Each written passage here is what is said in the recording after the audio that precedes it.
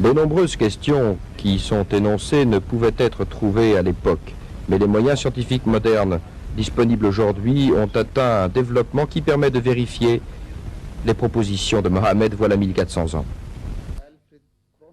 Voici le professeur Alfred Cronin, l'un des plus illustres scientifiques au monde en matière de géologie, célèbre dans les milieux scientifiques pour ses critiques à l'égard des théories avancées par les plus grands géologues. Au cours de notre rencontre, nous lui avons exposé un certain nombre de versets et hadiths auxquels il a bien voulu répondre. Un débat s'en est suivi.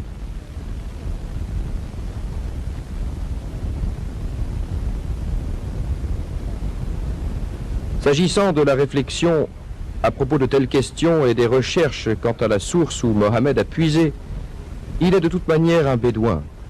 J'estime qu'il est pratiquement impossible d'envisager que Mohammed ait une connaissance sur les origines de l'information.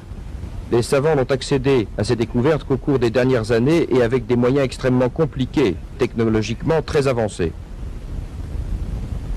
L'exemple que le professeur Alfred Cronin a choisi pour montrer que Mohammed le prophète, illettré, ne pouvait être l'auteur de ce Coran, est celui relatif à la description donnée par le Coran de l'origine unique de cet univers et invoquée de la façon suivante dans le Coran.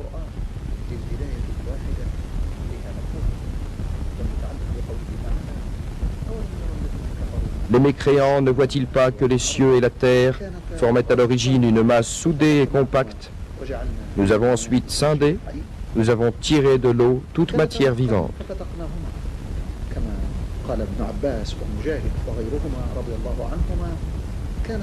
C'est ce que nous dit Ibn Abbas et Mujahid, et d'autres encore que Dieu a agréé. Ils étaient soudés et furent séparés. Le professeur Cronin a retenu l'exemple de ce verset précis pour illustrer que cela ne pouvait pas parvenir de Mohammed ni de connaissances humaines de l'époque.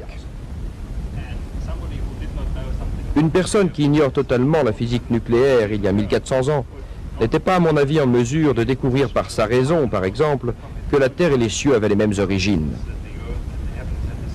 ou d'autres nombreux problèmes que nous avons débattus ici.